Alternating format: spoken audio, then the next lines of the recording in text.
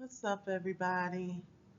I just wanted to take a moment of your time just to, talk about a couple things that it kind of comes up, not specifically, like when you look at the verbiage on this page, um, but it does, we do kind of explore it here and there in a lot of different conversations.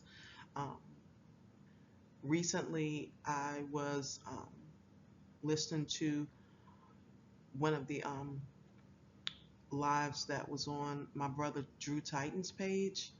So definitely want to give a shout out to him for encouraging me to explore more of this topic. For those of you that don't know, I currently practice as a resident in counseling, where I do provide psychotherapy to those who are suffering from serious mental illness and different other co-occurring disorders. Okay. So we say, without external factors, who am I? You know, um, there's a lot of roles that we all walk in throughout our life. Growing up, you were a child, son, daughter, sibling. Um, you might have played sports, various roles that we have, even as adults, we continue to walk in a lot of different roles. But the question is, have we actually possibly become actors or actresses, or are we really being our authentic self? The way we can determine that is by ensuring that we are walking in that personal identity that each of us has. It's one of those things where I'll often just say, if I were to just take away the suffering, the day to day stressors that one may experience, the chores that we got to do every day at home, the spouse, your partner, children, your profession, um, different tasks that you may have. For some, mental health symptoms. If I take all that away, who are you without them? And a lot of times people just look at me and they'll say, what do you mean? And I'll say, if I were to snatch all that away right now, can you tell me who you are without them? Because surely, if you suffer from anxiety and you meet someone for the first time, you don't extend your hand and say, "Hey, I'm anxiety. How you doing? Nice to meet you." "Hey, what's going on? I'm depressive symptoms. Nice to meet you." You know, um, and a lot of times those lines can get blurred, and before we know it, we have become our role. So the stressor also can come when life happens and we may not need to serve in the same way as we once did in that role. And so then it makes it very hard for individuals to cope because, life kept life and they never got a chance or did not, take the time to really establish that personal identity aside from all of those roles. I walk in various roles, of course, I'm a wife, I'm a daughter, I'm a mom, I'm a sister, friend, clinician, minister of music. Um, I've coached volleyball. And yeah, all of these roles, they are a part of me, but they're not who I am at my core, you know. Although one could argue that yes, you know, who I am can be in fact seen in some of these roles. Um, But even in those roles, a lot of the times, it's a lot of situations that I face that do not align with my personal values. My strengths can even be observed in these roles, right? But then at my core, you know, with or without those things, I am. And it's a lot in that I am. And one day I'll probably explore that as well. And that's just, my foundation and my truth. I am, right? So my personal identity, what it does is it includes all of these interests that I personally have that always don't necessarily involve someone else. It allows for me to develop and a lot of times just maintain those healthy relationships without that unhealthy attachment because that's what can happen. And it doesn't always have to be a person, right?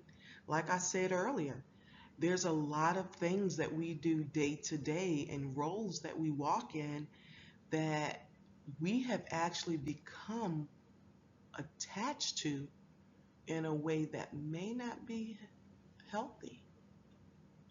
It's just something to think about, right?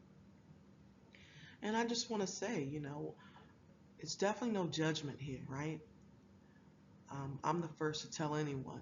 I enjoy a lot of things that some people are like, oh no, I'm not about that life. That's not my thing. I enjoy cooking and cleaning. Yep. Not because I have to, not because I'm asked to. It's just always been a part of my personal identity. It brings me balance. I enjoy it. I was doing it long before, I was connected to anyone else in a relationship. That's just what I enjoy. And I say that to just say that, whatever you do in your household, no judgment here. You do what's going to work for you. But that's the important thing is knowing what is going to work for you. So that way, years from now, it's not this like, something that looks really weird to me has always been when people just, all of a sudden are like, hey, you know what? Yeah, I was in love. I enjoyed this. But, I got to find me. And I'll be thinking, okay, so you may be deflecting and saying that it's your partner, your spouse, whatever one wants to call it. Um, but the truth of the matter is, the glitch, if you will, that is obvious to be there is that you didn't know who you were prior to linking and joining in this relationship. So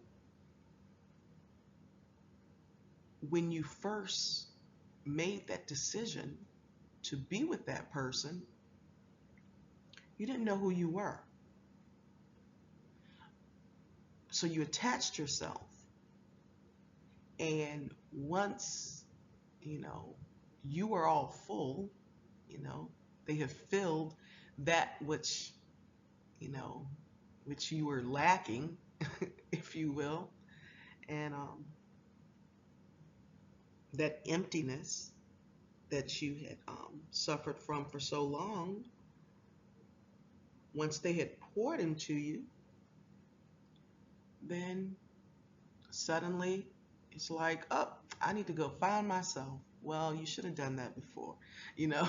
So that's always been just one of those things that I'm not gonna lie, kind of irks me when people have these what they call great awakenings, because it's not because you can't change over time. It's not because we don't go through changes.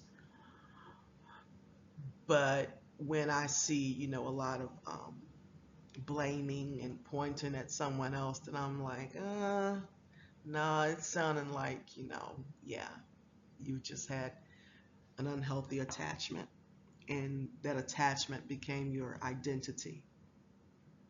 But that's a whole other topic, right? So we've already just talked about, that values and strengths. Those are the biggest two things that we want to know when we are searching or establishing our personal identity. Because, the values that we have, got to acknowledge this is who we are at our core. And these values that I'm talking about, I mean, they've been shaped by others, throughout our development years. And today they may no longer, serve that same purpose. It may not really align with who you are now. So you want to know what your personal values really are. So that way you can even be aware when you may be compromising them. Strengths, they can include, hey, I'm a loving person. I believe myself to be caring. I believe myself to be kind. I'm empathetic, whatever, the list goes on and on. Um, but I just want to say that I encourage you all to just take the time to really examine self and just in order to ensure that the lines have not become blurred, where you're now identifying more with roles, expectations, titles, professions, right? But you're really walking in that which you were created to be, if you will. Be kind and gentle to yourself. We're all doing this thing called life for the first time. Peace.